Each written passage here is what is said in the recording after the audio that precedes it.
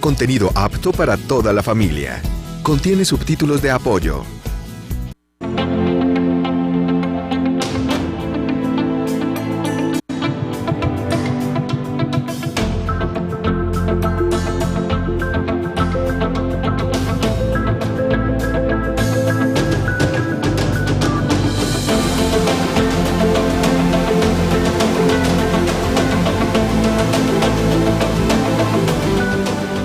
En Antioquia, la más educada, planeamos para no improvisar, porque cuando no se pierde un peso, se puede.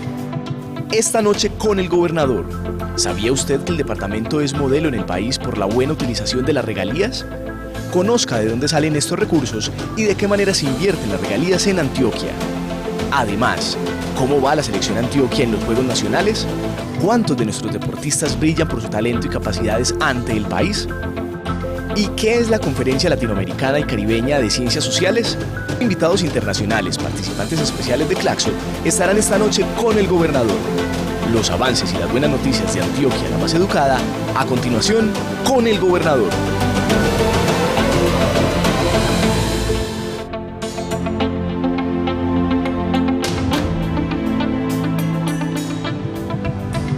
Muy buenas noches. Es un gusto estar acá con ustedes. Como todos los jueves a estas horas, estaba a punto de narrarles a ustedes el partido y seguramente muchas personas como yo y todos nosotros aquí alrededor estábamos viendo la selección Colombia. Esperemos pues que terminemos con el empate, el muy buen resultado, y ahora concentrémonos acá con el gobernador. Un gusto pues saludarles. Vamos a hablar de varios temas, pero voy a empezar con uno que habitualmente no es muy común, no es tema de discusión en las calles ni de la controversia política, y se llaman las regalías. Recuerden que las regalías son esos recursos que el gobierno nacional reparte entre los departamentos y los municipios, las regiones, con motivo o por razón de la riqueza que nosotros tenemos, en particular en el petróleo. Entonces, de esa riqueza, de esas ventas que se hacen, de ese producto que nos genera a nosotros una buena cantidad de dólares, pues se reparte a través de las regalías para nosotros. Esa ha sido una ley importante. Antes, las regalías iban fundamentalmente a los municipios donde se producía, por ejemplo, el petróleo. Pero se cambió la ley y hay una repartición más equitativa a través de todo el país de una riqueza de todos nosotros, del subsuelo. Nosotros en Antioquia nos hemos destacado en el uso de las regalías. Eso significa que tenemos una cantidad de recursos, unos diferentes fondos, pero para poder utilizar cada uno de los pesos de las regalías, les doy una cifra para que ustedes lo tengan en mente. A Antioquia le corresponden 1.222.000 millones de pesos. Eso es mucha plata, hagan el ejercicio de escribir el número. Y nosotros hemos tenido asignados cerca de 1.100.000 millones de pesos al momento que estoy hablando con ustedes. Pero para tener esos recursos hay que presentar proyectos. Y son proyectos que se tienen que formular bien. Y formular bien significa que están claros los objetivos, los costos, la forma como se va a desarrollar, está claro el problema que se quiere resolver o el tema que se va a tratar, y es muy exigente. Se discute con el gobierno nacional, el gobierno departamental, con otros gobiernos departamentales y municipales. Hay diferentes instancias. Pero yo los quiero invitar entonces a que veamos una nota que nos explica de manera muy breve, clara y precisa qué significan esas regalías y por qué han sido importantes para nosotros en el gobierno nuestro y para todos los departamentos y municipios de Colombia. Porque planeamos para no improvisar y porque no se nos pierde un peso, Antioquia es modelo en el país en la buena utilización de las regalías. Entre 2012 y 2015 le fueron entregados al departamento 1.256.000 millones de pesos de regalías. De esos recursos, la gobernación responde por 452.000 millones, que ya están invertidos en 47 proyectos. Las regalías se han destinado para educación, servicios públicos, vías, deporte, agricultura, vivienda, entre otros. Por ejemplo, el programa de cafés especiales, las becas de maestría y las becas de educación superior se han financiado con estos dineros. También se han utilizado para circuitos viales subregionales y viviendas nuevas rurales. En el campo, las regalías se han invertido en desarrollo tecnológico, productivo y comercial de aguacate de exportación, en la cadena productiva de leche, el fortalecimiento de la pesca, la acuicultura y el apoyo a familias productoras de cacao. Se destaca la decisión de los alcaldes de Urabá, que aportaron 8.587 millones de pesos provenientes de las regalías para la construcción de la ciudadela de la Universidad de Antioquia en Apartadó. Además, con los recursos de regalías, los parques educativos de El Bagre, Liborina y Arboletes abrirán las puertas de las oportunidades. En Antioquia cuidamos cada peso de las regalías, porque cuando se invierten bien los recursos, las obras se ven y se sienten.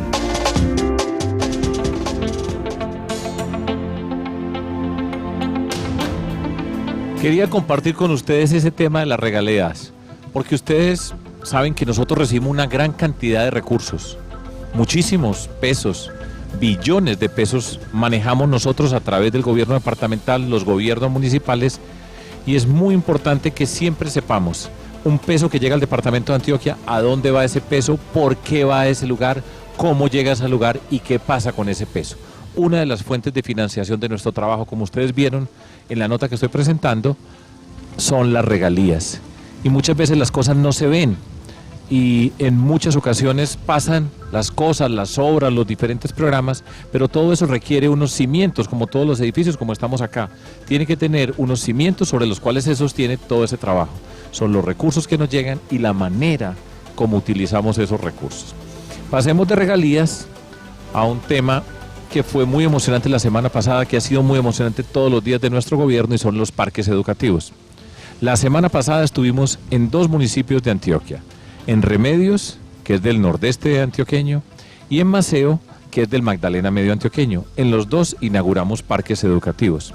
Hago un paréntesis antes de empezar por el programa, por la nota que nos muestra el parque educativo de Remedios, que se llama Isabelita Tejada Cuartas, una monjita. Ahora les voy a contar por qué se llama así y quién era esa monjita y por qué le dio el nombre al Parque de Remedios. Pero uno de los temas que estábamos, y que cuando yo llegué la semana pasada ya estábamos en una discusión o había una insatisfacción, una protesta en Segovia de los mineros por un conflicto con la compañía que tiene el título minero que básicamente cubre toda la región.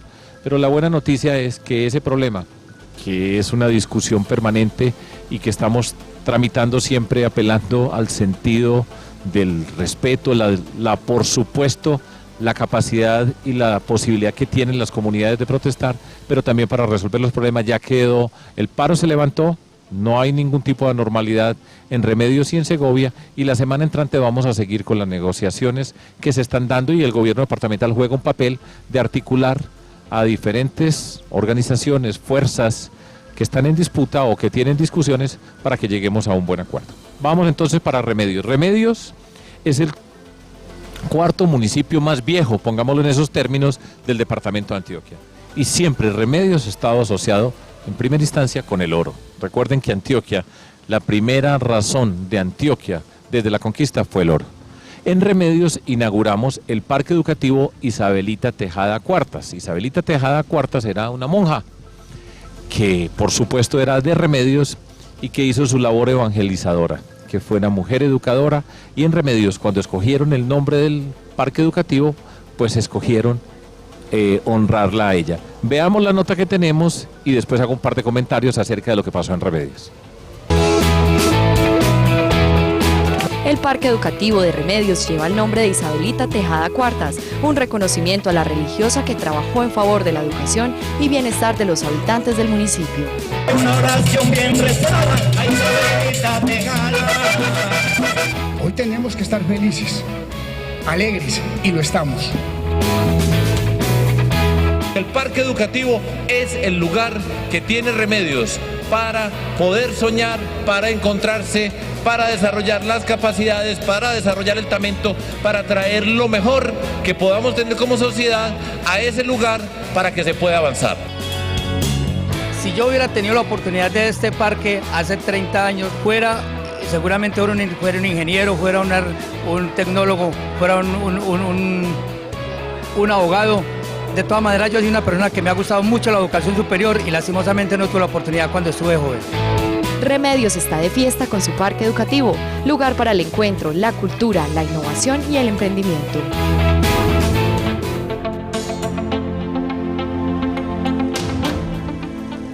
Pues muy emocionante resultó la inauguración del Parque Educativo Remedios. Este señor que estaba hablando en la nota lo dijo de la manera más clara posible. A él le hubiera gustado tener las oportunidades que hoy estamos construyendo.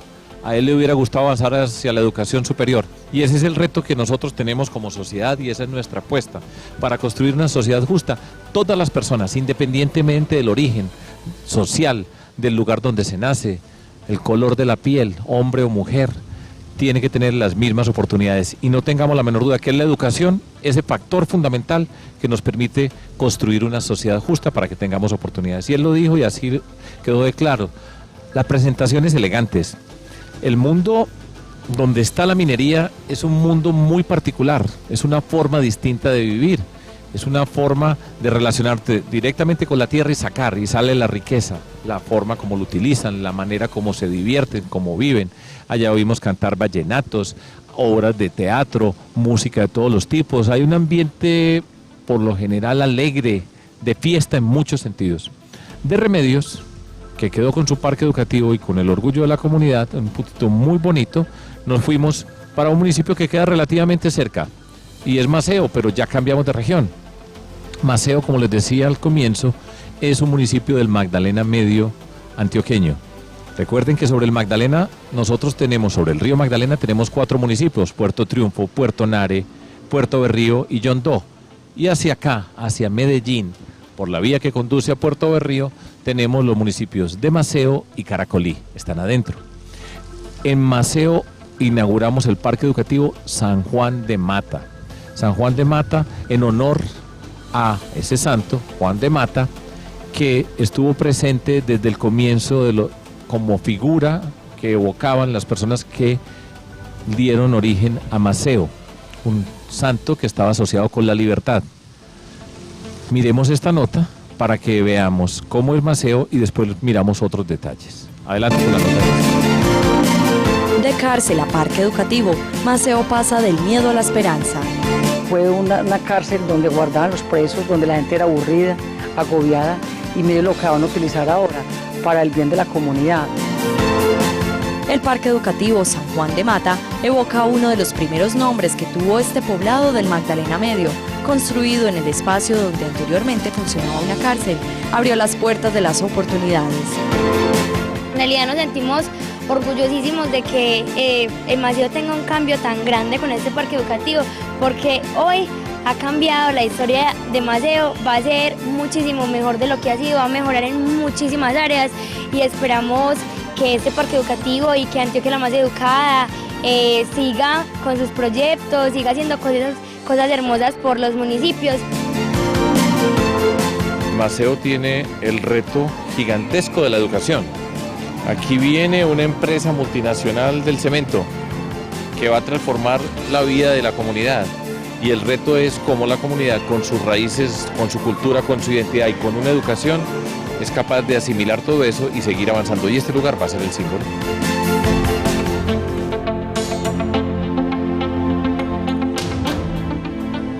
Dos palabras sobre Maceo. Allá tuvimos, como en todas partes, en Remedios, me devuelvo un segundo a Remedios. Allá en Remedios tuvimos unas muchachas que hicieron una presentación. Cuando digo muchachas son unas jovencitas, unas mujeres inteligentes. En todas partes ríanse ustedes de lo que tenemos nosotros. No sé por qué digo ríanse, pero alégrense de la riqueza cultural que tenemos en todas partes. La manera como se presentan sus parques, la manera como explican su historia. En Remedios fue una actuación donde salía una mujer. Cuando yo iba caminando para llegar al parque, me saludó una monja y yo, hermana, ¿cómo está? Pues la saludé con todo el respeto, por supuesto. Pues resulta que estaba actuando esa mujer. Y estaba actuando y ella, Isabelita Tejada Cuartas. Ni un segundo pestañeó. La forma como me fue llevando, como nos fue llevando a todos nosotros, explicándonos lo que estaba pasando allí. Y en Maceo llegamos y ahí pasaron sobre el lugar donde se hizo la presentación pública del parque educativo, unas muchachas, 16, 17 años, mujer joven, talento. Estas jovencitas bailaron, cantaron, la forma como presentaron, sin tener que mirar un papel, la manera como se presentaron ante toda esa comunidad, es algo muy maravilloso, de lo que tenemos que estar muy orgullosos por todos estos pueblos, por lejos que estén, por humilde que sea su origen.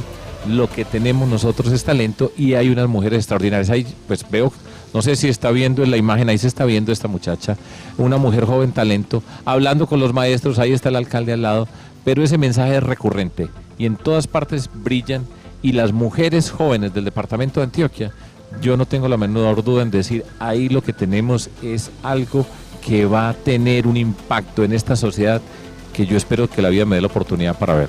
Eso fue pues en Maceo, y de Maceo paso a este señor que me está acompañando hoy acá.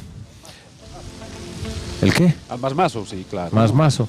Fíjese usted que ahora, la otra vez estábamos, les cuento esto, ustedes han visto el programa que tiene el gobierno nacional que se llama Ser Pilo Paga. Claro que sí. ¿De qué se trata? A ver. Es para los mismos estudiantes, es parecido al de nosotros, digo yo. Nace del programa Antioquia la Más Educada. Pero es un programa muy bonito de becas que tienen para estudiantes, de acuerdo a la clasificación que tenemos en nuestro país, estratos 1, 2 y 3, que tengan un promedio especial, escogen los mejores y tienen una beca para estudiar donde quieran. Donde quieran. Bueno, pero el tema es la expresión pilo. El otro día estaba con la ministra de Educación y le decía la palabra, cuando yo era jovencito, aquí no se decía pilo. Se dice, y recordé ¿y por qué estoy hablando de esto? Porque era Mauricio está diciendo que él es mazo. Yo no sé ustedes de qué edad son, qué palabras recuerdan, pero cuando yo era un peladito, se decía, era muy mazo, que era muy buen estudiante. El mejor estudiante era el más mazo del colegio. El más mazo del colegio. En Bogotá y ahora en todo el país se dice pilo, pero también pasaron por otras connotaciones. ¿Qué otra forma se le ha dicho a esos muy buenos estudiantes? Nosotros teníamos uno que era computín y los computines eran los mejores. ¿Los qué? Computín. ¿Computín? Porque hacía cuentas y todos los que eran mejores para las cuentas eran los computines. Uno, compañero mío, Juan Fernando Fernández, fue el mejor bachiller de Colombia en el 88. No había oído nunca computín. Había oído nerd, que es nerdo, más... nerdo. Ajá. No, eso es mazo. Yo me quedo con mazo. Ese fue el que me tocó a mí. Bueno, mazo fue la que también me tocó a mí. Pero ahora hablemos aquí entonces con Mauricio, que es el hombre del deporte, el gerente de Indeportes. Y en este momento está ocurriendo por un montón de partes, o se están celebrando mejor, los Juegos Nacionales. Pues ha sido medio loca la cosa porque están regados por todo el país las pruebas. No hay ese sentido olímpico donde están en el mismo lugar todos los deportistas de los diferentes departamentos, donde se convive, como tuvimos por ejemplo aquí en Medellín los Juegos Suramericanos hace cerca de 7 años. 2010, ajá. Entonces, yo le quiero preguntar a Mauricio, ¿cómo va Antioquia en los Juegos Nacionales? Es un orgullo nuestro. Muy bien, jefe. Ayer me llamó el doctor Andrés Botero de Coldeporte a preguntarme cómo iba con los Juegos. Yo le dije que íbamos excelentemente bien con el Safari por Colombia, que hemos recorrido. A mi casa María y Antonia me están viendo poquito, pero nos seguimos queriendo mucho y vamos muy bien. Los jóvenes de Antioquia muy bien.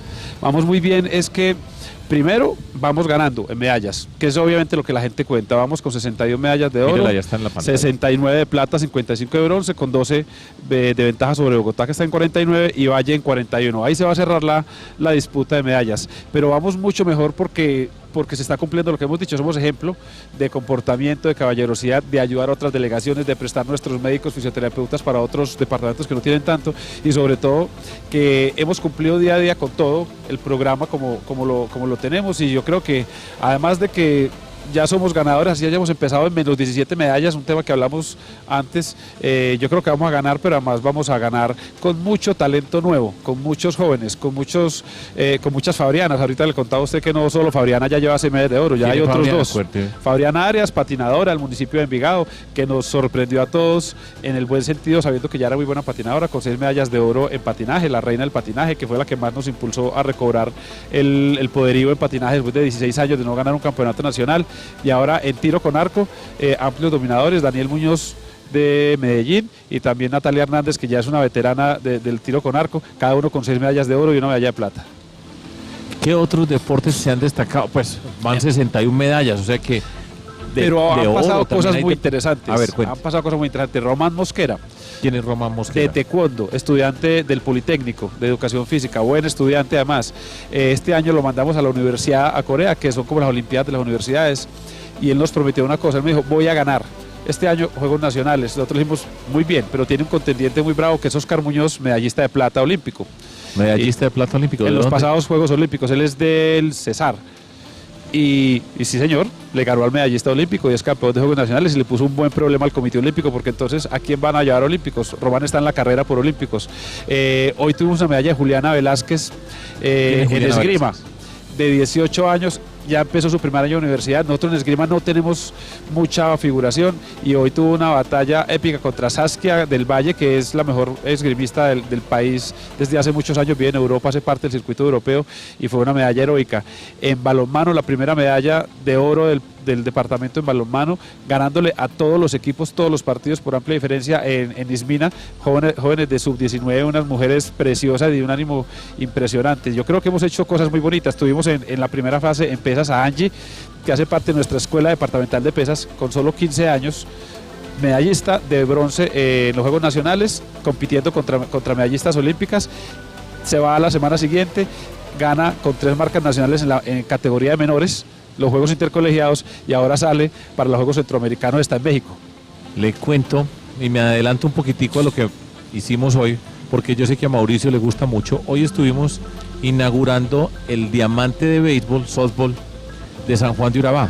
Con Fraternidad Medellín. Y el equipo del corregimiento Damaquiel de San Juan de Urabá, unos muchachitos del colegio que tienen un tremendo entrenador, pues hoy van camino a México para representar a Colombia después de que esos muchachitos del colegio participaron en los Juegos Intercolegiados y fueron los campeones, y hoy van para México. Para México, de todo a Colombia. Yucatán. En Mérida, México, exactamente, con una cosa muy linda. Nosotros fuimos con Fraternidad Medellín hace más o menos año y medio a ver esa vereda. Y salían los niños y las niñas y tenemos que arreglar para jugar pelota porque nos insistieron mucho. Nosotros íbamos a hacer un multideportivo y allá cambiamos la decisión de arreglar el diamante por esa decisión, porque todos los niños desesperados con el tema. Estos jóvenes ganan en Antioquia, ganan en Colombia y están en México. Unos jóvenes que usted sabe, gobernador, que en nuestra época habría sido muy difícil que estuvieran saliendo a México a su edad. Muchos de ellos por este campeonato ganan beca universitaria, y en estos Juegos Nacionales Intercolegiados también tuvimos de Urabá también 8 campeones en atletismo de la Escuela de Atletismo, de los cuales están todos ahora yendo al Centroamericano en México, pero la semana pasada en el Sudamericano de Menores 6 campeones suramericanos de atletismo de menores, también del mismo programa. Entonces todo esto de juntarlos, el deporte y el estudio con ellos, yo creo que vamos a tener una cosa muy bonita, y hablamos en 4 años, porque vamos a ganar estos Juegos Nacionales, pero los del 2019 tenemos que barrer porque estamos dejando la reserva deportiva más importante que ha tenido Antioquia en muchos años. Victoria antes, porque pues estamos en una competencia. Y estoy luchando. Y allá también igualmente la están luchando. Los rivales son Bogotá y el Valle. En este momento ya se cerró la lucha a los 3 departamentos, sí señor. La de siempre, fundamentalmente. La de siempre. Tenemos... ¿Cuánto nos falta? ¿Cuánto se acaban los juegos? Terminamos el 21 en Quibdó. 21... El sábado de la semana entrante. Uy, todavía nos falta. Todavía nos falta, y eso es cuenta día a día. Y mañana la gente va a estar un poco menos optimista porque Bogotá tiene un par de días buenos con subacuáticas, en las cuales nos deben descontar una buena cantidad de medallas, pero eso nosotros cada uno tiene sus cuentas. Yo creo que vamos cumpliendo, como le digo, lo único que uno espera es que no le hagan falta las 17 medallas que nos quitaron desde antes, porque por ejemplo hoy pasó. Pero que son lo de las 17 medallas que nos quitaron desde antes, que suena raro, y yo estoy seguro que no todo el mundo está... Se lo cuento desde el día de hoy. Hoy hubo en Cali la competencia de clavados. Con jueces internacionales, con televisión, y hubo una competencia. Solo una sola competencia. Sí, porque de todo, ahí se acabó ya el campeonato. Porque las otras 7 competencias las eliminaron para que Antioquia no ganara, y lo digo tranquilamente, porque pasa una cosa muy simple. Durante años, y especialmente el último año, hay clasificatorios, hay nacionales y se presentan los departamentos. Todos tienen que cumplir con que haya mínimo 5 departamentos participando. Siempre hubo 5 departamentos, y en la inscripción que se hace un mes antes de los Juegos resulta que ya no hay 5, que ya hay 3 departamentos, que se baja Santander, que se baja Bogotá, que se bajan algunos. Cada cual esgrime sus razones. Yo hablé con algunos directores y me decían, no, es que es el presupuesto. Pero los jóvenes de allá nos llamaban apenados y nos decían, nosotros hasta el último día nos dijeron que íbamos, y el último día tomamos la decisión de no llevarnos. En eso pasa que entonces se queda nado sincronizado, se queda clavado, se queda Caterina Ibargüen si puede hacer salto triple, que es la prueba reina de nuestro país en este momento. Ese es un buen ejemplo. Caterina Ibargüen, todos celebramos con ella, y la prueba en la que ella se ha destacado a nivel planetario es el salto triple. en Colombia no puede competir en salto triple. Porque eliminan a las competidoras, las sacan desde antes de competir para que no haya las cinco competidoras. Con esa estrategia nos quitaron 17 posibles medallas, porque usted tiene razón, la medalla es hasta el último momento, usted puede llegar muy campeón y es en el último momento cuando se gana. Con esa entramos, como se dice, debiendo 17 de la cuenta, pero ha habido una actitud muy bonita de todos los deportistas, porque todos se conocen entre ellos, todos saben el cuento y muchos hablan de lo mismo. Tranquilo que nosotros vamos desatrasando.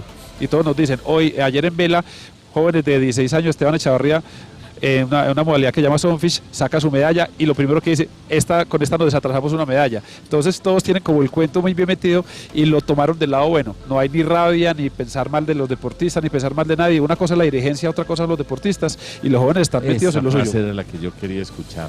Una cosa es la dirigencia y otra cosa son los deportistas. Así de simple es el cuento. Hay unas personas ahí muy importantes que son entrenadores y todo ese equipo pues que trabaja con ellos. Entonces, ¿cuál es la probabilidad de que ganemos los juegos? Yo creo que estamos, voy del 50 para arriba un poquito. Los jóvenes de nosotros están cumpliendo 100% con el pronóstico, y si nosotros hacemos lo que tenemos que hacer, hablo como técnico de fútbol, los resultados van a llegar y se está dando. Ayer perdimos una medalla en ciclismo de pista, que es uno de los deportes que más me gusta a mí para ver, y la ganó otro que no estaba pronosticado. Esas cosas pasan. Ciclismo de pista ganamos ampliamente el deporte, patinaje no lo esperábamos y ganamos ampliamente. Deportes de conjunto que uno no cuenta las medallas, estamos ganando consistentemente. Mañana tenemos la final de softball femenino, que es otro deporte que me emociona mucho por la historia que tenemos con estas jóvenes. Yo creo, y los de atletismo están, como dicen ellos, y como dice Fabián Puerta, el ciclista de pista, están máquinas. Yo estuve ayer con los de velocidad y los de lanzamiento en Cali, que ya están entrenando allá, y uno siente cuando ellos están en su mejor tónica. Mauricio, por ahí leía yo las dos figuras más emblemáticas del deporte en Colombia, creo yo hoy, en el sentido atlético, de deportistas son Caterina Ibargüen y Mariana Pajón. Sí, señor. ¿Y Mariana cuándo compite? Mariana compite el miércoles y jueves de la semana entrante en UAT, entonces ahora es al revés. ¿En UAT? En UAT, es una de las 16, creo que ya 17 sedes de los Juegos Nacionales.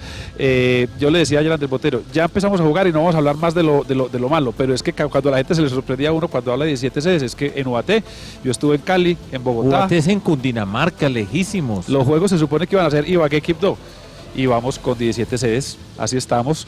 Bogotá, Cali, Hugo Guarne, Río Negro, Girardot, Ubaté, Chaparral, Prado, Ibagué, Ismina, Vallasolano, Capurganá, Acandí, y de ahí siga para donde quiera. Eso es una locura logísticamente. Para todos fue muy difícil, el reto financiero fue muy difícil, pero la gobernación obviamente estuvo atenta a todos estos y nos dieron el dinero extra, que fue bastante para poder estar en los Juegos Nacionales. Más de 15.000 millones de pesos nos cuesta esa participación. Plata, porque recuerden, pues si tienen que ir a 17 lugares distintos, no se puede organizar toda una delegación en 17 hoteles, toca de llegar, triplicar los médicos, los fisioterapeutas, la gente logística, toca triplicarla, todo está por 3. Bueno, pero no nos quejemos más, que vamos muy bien. Yo quiero señalar con Mariana algo que me parece, esa muchachita me parece extraordinaria. Ella tiene un don, pongámoslo en esos términos. La calidad como deportista, eso está pues fuera de discusión, pero la forma de ser de ella, su inteligencia, su amabilidad, inspira un cariño, un reconocimiento muy particular. Pero yo leí una entrevista donde decía que a ella lo que le faltaba en la vida era ser campeona nacional. Es el único título que no tiene. Y ella, leía yo, y he estado en muchas partes del mundo, por supuesto, y nosotros lo hemos visto, pero decía, yo quiero ganar en mi país con la camiseta de mi departamento, y lo dice de una manera elegante, pues no es una forma arrogante de atropellar, sino un sentido de orgullo que me parece esa mujer ejemplar. Y está entrenando para eso, no ha parado de entrenar. Creo que hoy o mañana ya están llegando allá a entrenar con todo el juicio del mundo, como si fuera la Copa Mundial más importante. Y todos los de bicicross, a raíz de eso, están los mejores bicicrossistas, lo que uno quisiera que pasara en todos los deportes donde bueno, Mauricio, pues esperemos que gane Antioquia, pues eso hace parte de esa competencia. Va muy bien nuestros deportistas. Pasito a pasito y vamos bien. Y en el deporte se puede ganar y se puede perder, pero hasta ahora vamos bien y se han destacado como el desempeño en todos los sentidos y por supuesto su comportamiento. No ha habido ningún expulsado de la delegación, ningún hecho que nos haga... Ha sido ejemplar el comportamiento. Nuestro gran problema ahora, gobernador, es qué vamos a hacer para premiar a estos deportistas que les dijimos sí, ganen muchas medallas problema, sí. Y se la están ganando absolutamente todos. Bueno, vamos a hacerlo bien, vamos a cumplir, vamos a entregarles su plata este año como debe ser, que no estén después diciendo que no llegamos con la plata. Y yo creo que el deseo que uno tiene es que muchos de ellos entiendan lo que se hace en este momento para que ellos quieran ser dirigentes, porque ellos están llenos de amor por el deporte y esos son los dirigentes que necesita este país. Deportistas que llegan con amor, sin odios, sin historias malucas detrás, sin negocios, a hacer por los deportistas lo que ellos quieren que sea. Bueno, Mauricio, muchas gracias. No sé si debo parar acá un momentico para regresar y ver lo que hicimos hoy en Urabá. Paro. ¿Comerciales, alguna? Bueno, listo, entonces voy a parar y después vengo y les cuento cómo fue hoy el día que vivimos en Urabá.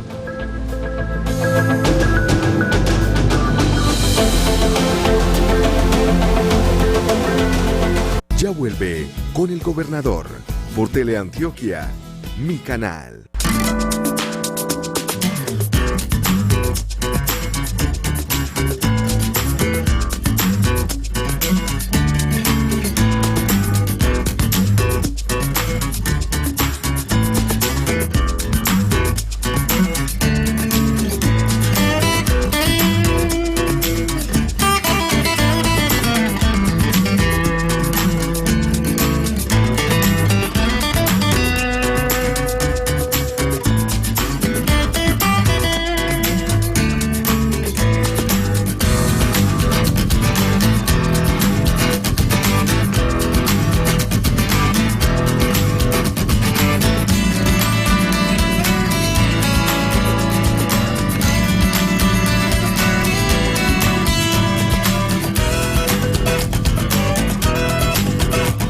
Cuando no se pierde un peso, se puede. Sigue viendo Con el Gobernador por Teleantioquia, mi canal.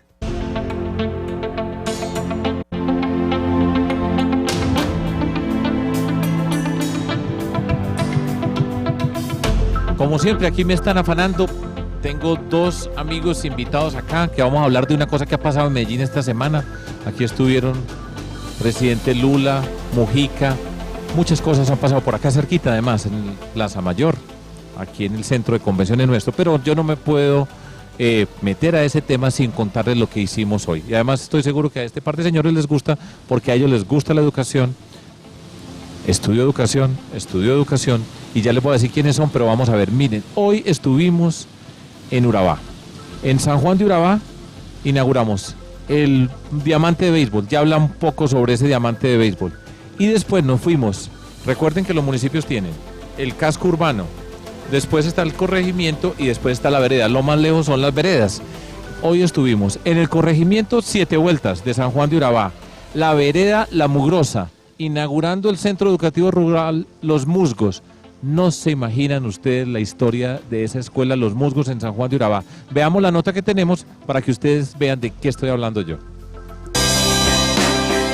La calidad de la educación comienza por la dignidad de los espacios. Con 2 centros educativos rurales, La Esperanza llegó nuevamente a Urabá, esta vez a los municipios de San Juan de Urabá y Carepa. Los estudiantes beneficiados serán del Centro Educativo Rural Los Musgos, en la vereda La Mugrosa de San Juan de Urabá. Esta obra se hizo en asocio con Fraternidad Medellín y la Alcaldía de San Juan de Urabá. La vereda como tal no tiene sanitario. Los niños, todos los papás, abuelos, hacen sus necesidades en el monte, en el campo, a la intemperie. Cuando ellos se están construyendo la escuela y les muestran a ellos los baños, ellos quedan sorprendidos porque era algo que ellos no conocían. No sabían que era una taza, no sabían que era un lavamanos, cómo se utilizaba, qué era eso. Y esto para ellos es muy grande. Esto es un espacio con dignidad. Además, en San Juan de Urabá brillará el talento de los deportistas con las adecuaciones del diamante de softball. Históricamente había una deuda con San Juan de Urabá y era poder tener un escenario digno donde poder practicar el deporte de béisbol, el softball. En Carepa, el Centro Educativo Rural Nueva Esperanza escribe una nueva página. Allí en este sitio, aquí se muestra una imagen donde están los niños y ahí era donde recibíamos la clase. Entonces usted entenderá la gratitud que tiene la Nueva Esperanza con usted y yo como docente porque nos va a cambiar totalmente la calidad. Muchas gracias. 11 instituciones fueron intervenidas en Carepa para beneficio de 18.251 estudiantes. Todo lo anterior demuestra que cuando hay voluntad política y cuando no se pierde un peso, se puede.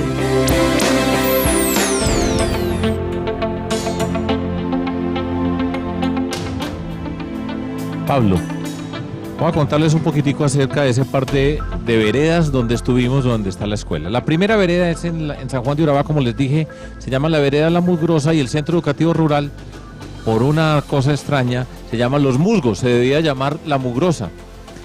La Mugrosa debe ser una quebrada que pasa por ahí cerca. Pero ¿cómo empieza una vereda de esa naturaleza? Del departamento de Córdoba, del sector rural del departamento de Córdoba, llegaron allá 9 familias y se instalaron sin nada. Pero no estamos hablando pues de hace 400 años, estamos hablando de hace muy poco, y llegaron y se instalaron. Y lo primero que hacían en el lugar era decir, ¿dónde hacemos la escuela para nuestros hijos, para nuestras hijas? Y arranca con una gente que básicamente, como me lo decían ellos no sabían nada, no tenían ningún tipo de educación, pero sabían que tenían que hacer una escuela. La historia de esa escuela, cómo llegamos allá y cómo hoy le entregamos con la Fraternidad Medellín, con otras fundaciones que nos han acompañado en todo eso. Ese lugar es muy bonita y es muy emocionante, es otro acento, otra historia, pero todos hacemos parte de Antioquia. Muy lindo, muy conmovedor lo que ocurría allí.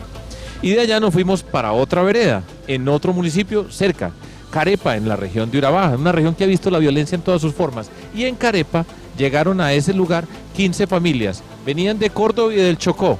Acá de las montañas nosotros somos los paisas, pero nosotros tenemos muchas regiones. Y llegaron allá corriendo en 1989 de la violencia, todo tirado, todo, y eso vamos a hablar aquí en momentos, todo lo dejaron tirado afuera y llegaron a ese lugar. Y como siempre, ¿dónde va a quedar la escuela? Entonces todas estas escuelas son el testimonio de un avance de una comunidad que ha visto todo el horror de la violencia y de la pobreza. Esa pues fue la historia hoy de nosotros en Urabá, muy emocionante. Y ahora paso a Medellín. Y aquí tengo conmigo, a mi izquierda, un señor. ¿Quién sos vos, hombre? Pablo Gentili, secretario ejecutivo de Claxo.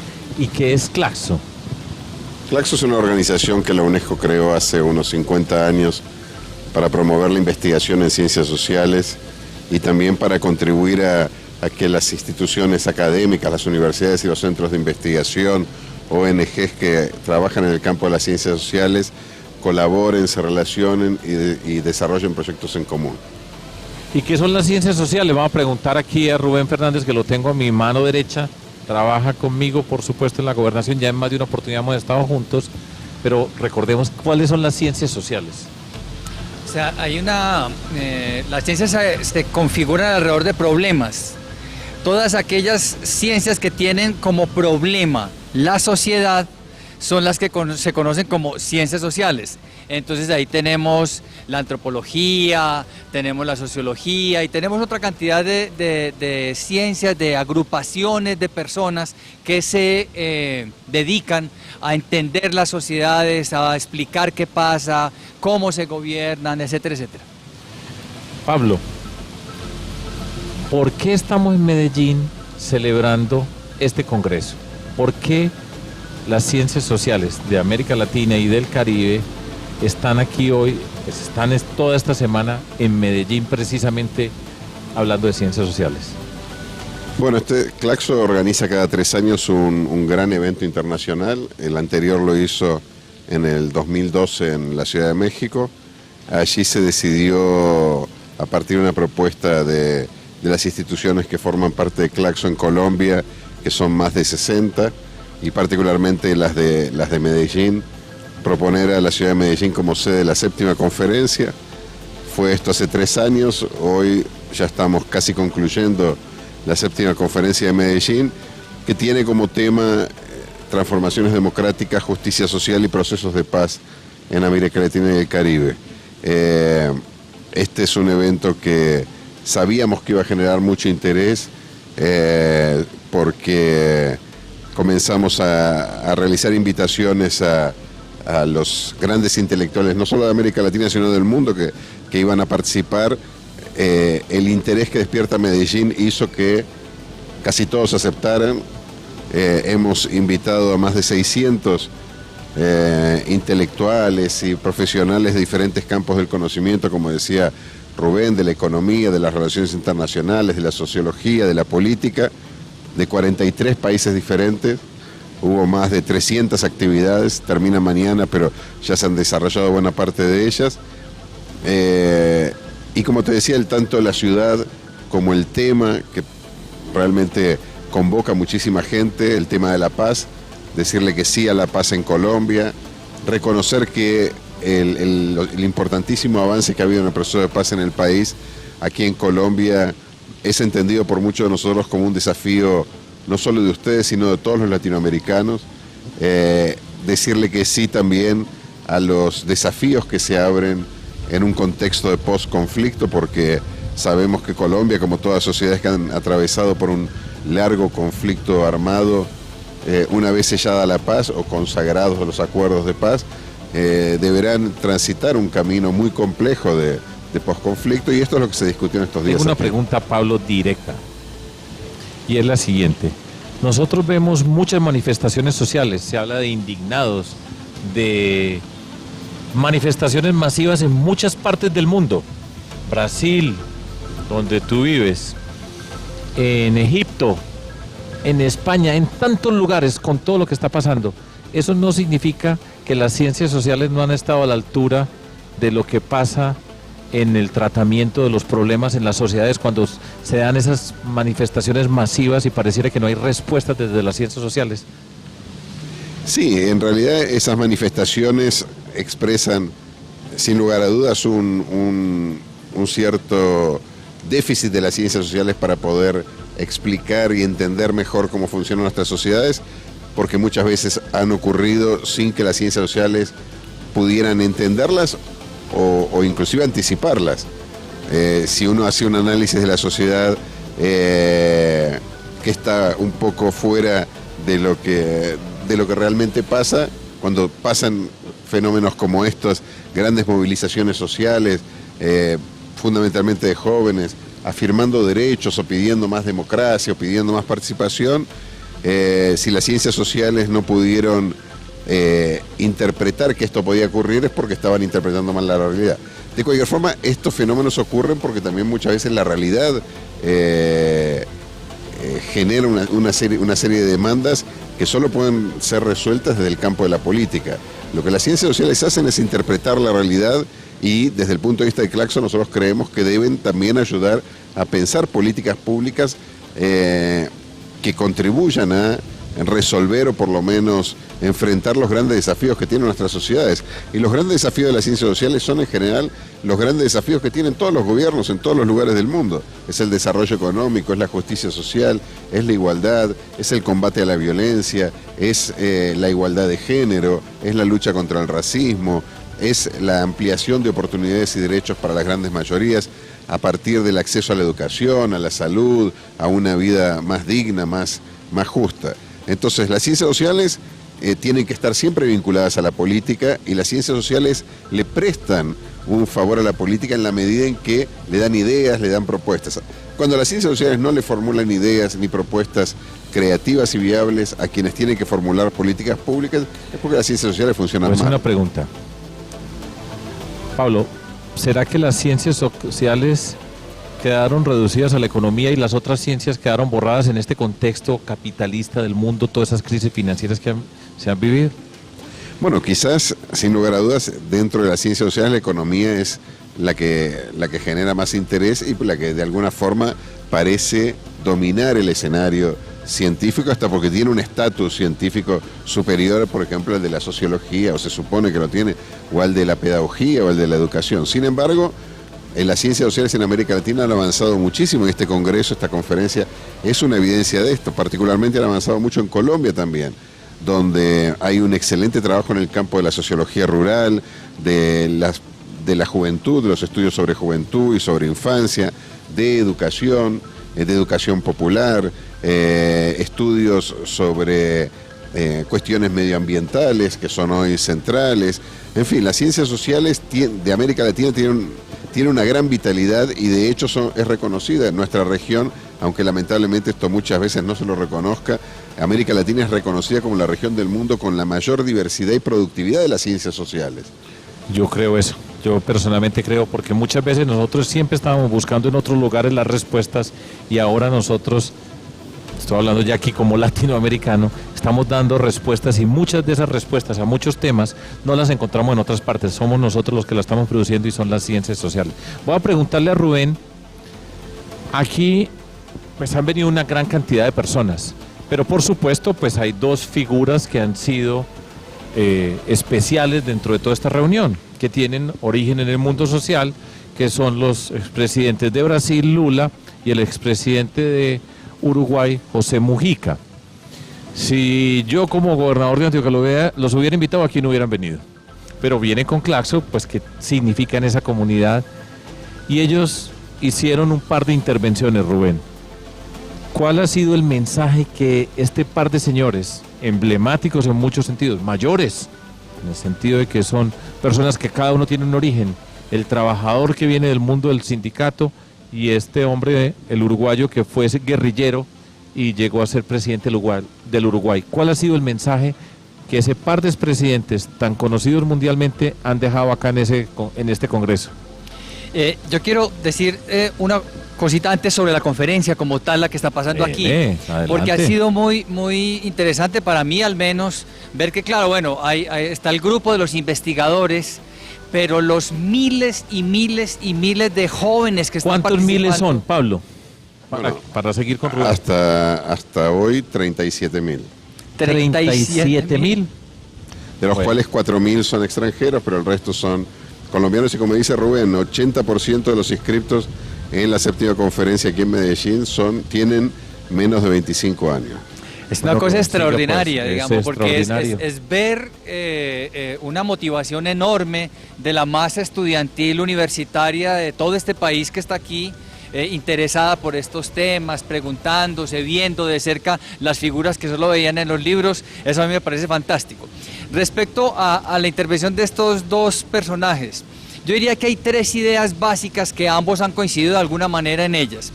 La primera es el reconocimiento de que en América Latina ha habido transformaciones muy importantes. Este es un continente que en las últimas décadas no solo ha visto, ellos son símbolos de esas transformaciones. El hecho de que un obrero metalúrgico o un exconvicto, como él mismo decía, llegaran a ser presidentes de sus respectivos países, llegar a ser presidente de Brasil, una de las grandes potencias del mundo, ya es un cambio muy importante. Esa es una idea central.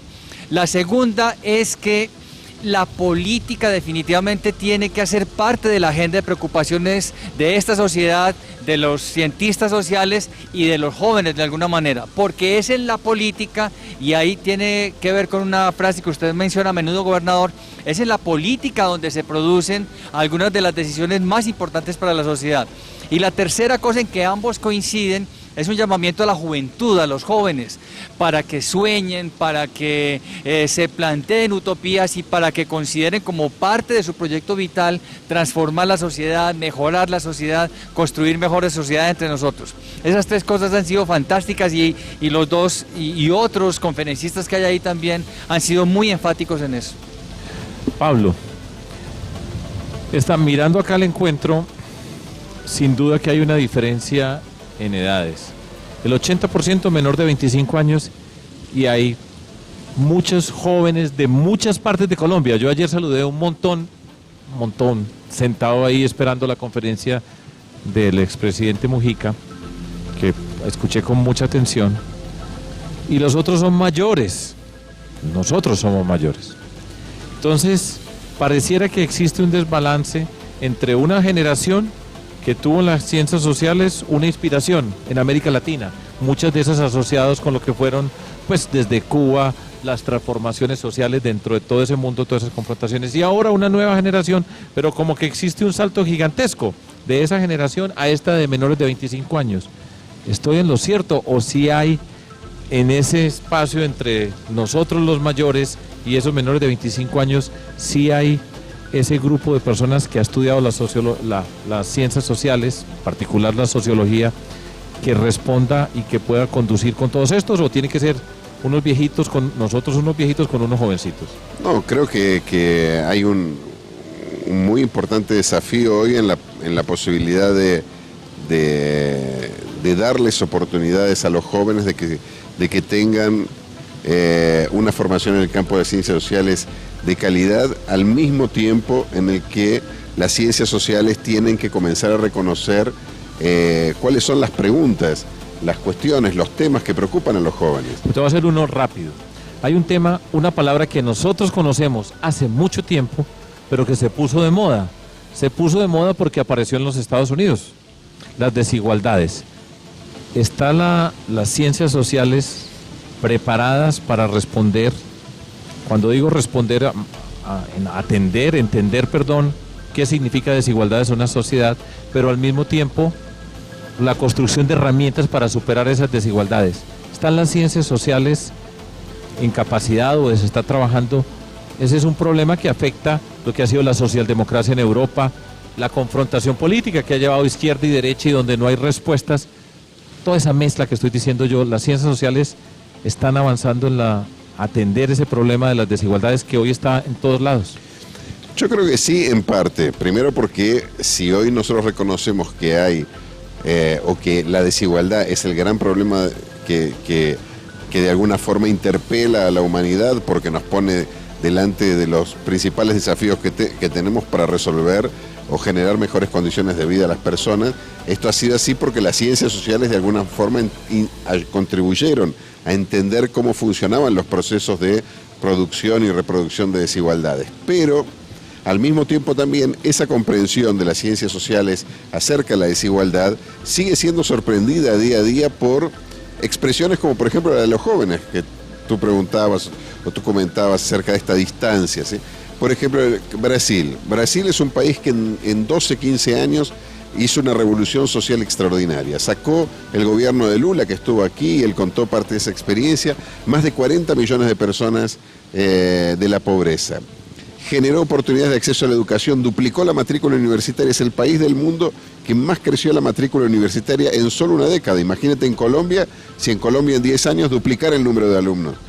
Creó universidades, lo dijo también, y las miles de personas que estaban lo aplaudieron de pie. Dijo, yo no fui a la universidad, pero cuando llegué a presidente, fui el presidente que más universidades creé en la historia de mi país.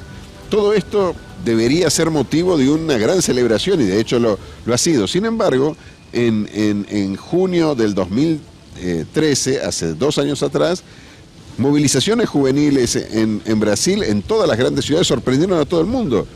Porque en un país en donde hubo tantos avances sociales, tanto en el combate a la desigualdad, los jóvenes se movilizan. Y los jóvenes se movilizaban ¿por qué? Porque querían más. Y salían a la calle a decir que todo eso estaba muy bien, pero la lucha contra la desigualdad también debía permitir tener un buen transporte público, también había que combatir la violencia, porque Brasil es un país que ha avanzado muchísimo, pero la principal causa de muerte de los jóvenes pobres es el asesinato. Entonces hoy tenemos una realidad, y esto lo reconoce el propio presidente Lula, para un joven negro hoy tiene 50 veces más oportunidades de ir a la universidad que tuvo su padre, pero también tiene 20 veces más posibilidades de ser asesinado que su propio padre. Con lo cual mejoraron las condiciones de vida, sin lugar a dudas, de los jóvenes y fundamentalmente de los jóvenes negros de las periferias urbanas. Pero también desde cierto punto de vista, ciertas condiciones de vida se han vuelto más complejas. Las personas pueden ir a la universidad y trabajar, pero cuando van al trabajo viajan pésimamente mal, y especialmente las mujeres son molestadas. La discriminación de género no disminuyó de la misma forma que disminuyeron otras formas de desigualdad. Y otra cosa que apareció muy clara en Brasil. Brasil demostró una impresionante capacidad para superar algunos de sus grandes problemas históricos. Pero, por ejemplo, lo que los jóvenes decían es por qué se puede hacer un estadio en 3 meses y no se puede hacer un buen hospital en 3 meses. Es ahí, que ya voy para una palabra que no hemos mencionado acá y que está asociada con todo esto. Pero voy a pasar a Rubén un segundito. Dentro de toda esta transformación, las organizaciones sociales, las ONGs, durante mucho tiempo han jugado un papel protagónico en el desarrollo de nuestra sociedad. hoy, con todo el recorrido que hemos hecho, con las circunstancias que está viviendo el mundo, ¿cuál es el papel de las ONGs? Yo creo que hoy ha cambiado radicalmente ese rol, especialmente en países como Colombia. Digamos, hasta los comienzos de este siglo, había una agenda muy atada a la superación de las condiciones de pobreza, de poblaciones muy concretas. Sigue siendo eso sin duda algún problema, pero cada vez más la agenda no es solo la superación de la pobreza al menos, sino que hay temas emergentes como las desigualdades, por ejemplo, entre los géneros, por ejemplo, con los jóvenes, están los temas medioambientales, están los temas de las nuevas identidades sexuales, es decir, ha venido transformándose la agenda y ahí las organizaciones no gubernamentales y las organizaciones sociales en general tienen el reto de incorporar esas preguntas y también ayudar a diseñar respuestas para eso. En los 90, en los 80, las respuestas, las preguntas eran alrededor de la pobreza y la superación de la pobreza y del acceso a la democracia, especialmente en América Latina. Eso de alguna manera se conquistó, pero entonces una vez se conquistan unas cosas, empiezan a emerger otras y se configura una nueva agenda que reta de una manera muy importante a las organizaciones, ahí sí diría yo a todas. Bueno, Pablo, voy con otra pregunta. Ya hablamos de desigualdades, los retos que tenemos, las respuestas, cómo una transformación lleva a otra condición, pero hay una palabra que aparece en muchas de esas protestas mundiales y se llama corrupción. Y la corrupción es un elemento que moviliza la indignación, esa sensación de corrupción, dentro del contexto de las ciencias sociales. La corrupción, yo he dicho y digo permanentemente acá, es para mí, es una estructura criminal, hablando en el contexto colombiano, más difícil de combatir que las guerrillas, en el sentido de lo que ha sido la confrontación con las guerrillas, que esperamos termine todo esto, ese capítulo con el proceso de paz, o las bandas criminales que son la última expresión, la última generación del narcotráfico. La corrupción tiene espacio dentro del estudio, o sea, dentro de las ciencias sociales, ese fenómeno que yo no tengo la menor duda que está detrás de muchas de las cosas que ocurren, tiene espacio para ser estudiado. Sí, sin lugar a dudas está siendo estudiado y de hecho hubo un cambio con relación a esto porque durante algún tiempo las ciencias sociales críticas pensaron que la corrupción era un problema periférico y hoy está demostrado el tremendo papel destructivo, función destructiva que tiene la corrupción en los estados. Corroyendo. Ya sabemos, tranquilo. Mediante la corrosión del espacio público, de la democracia, ¿sí? y generando un gran descrédito, una falta de confianza en las instituciones democráticas. Exactamente. Y esto es lo peor, porque también desde las ciencias sociales muchas veces los temas de la confianza parecían también secundarios. Y hoy sabemos que es fundamental, si las personas no confían en los gobiernos, o no confían, lo decía Rubén, el gran tema de Lula y Mujica aquí fueron la política, diciéndole a los jóvenes, hagan política, salgan, participen. Lo dijo Lula de una forma excepcional, la gran desgracia de las personas que no les gustan la política es que son gobernadas por las personas a las que sí les gusta la política. Entonces, si quieren cambiar la política tienen que entrar en los partidos, en los sindicatos. El gran problema es que la gente desconfía de esto y hay un gran manto de sospecha sobre todos los que hacen política. Esto creo que tiene que cambiar y creo que tiene que ser el gran desafío porque no es para nada un problema secundario de nuestra democracia el hecho de que no seamos capaces de desestabilizar, de desmontar, como tú dices, esas estructuras del delito que se han apoderado de los estados en muchos de nuestros países. Y este es fundamentalmente un gran desafío de las fuerzas progresistas, porque las fuerzas progresistas no pueden ni ser conniventes, ni aceptar este tipo de prácticas, ni podemos tampoco considerarlas cuestiones meramente secundarias. Hoy es fundamental mostrar que hay una otra forma de hacer política, que es fundamental hacer política para transformar nuestras sociedades, porque la democracia es el mecanismo a partir del cual, ayer lo decía Mujica, la democracia es un gran sistema de valores, y uno de los valores de la democracia tiene que ser la transparencia, tiene que ser la rendición de cuentas, tiene que ser el respeto al ejercicio de los derechos y a la utilización de los recursos públicos mediante mecanismos que eviten los grandes casos. Pablo, muchas gracias. aquí cuando allá en ese reloj dice 9:30, ya me empiezan a regañar a mí y tengo que...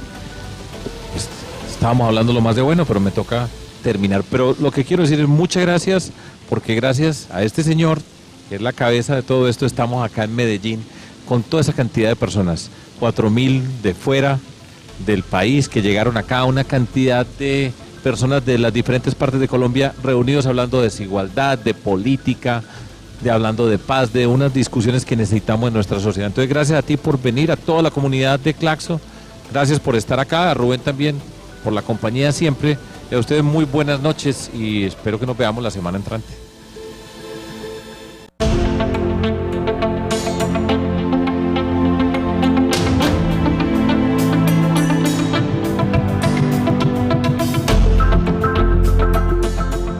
Este programa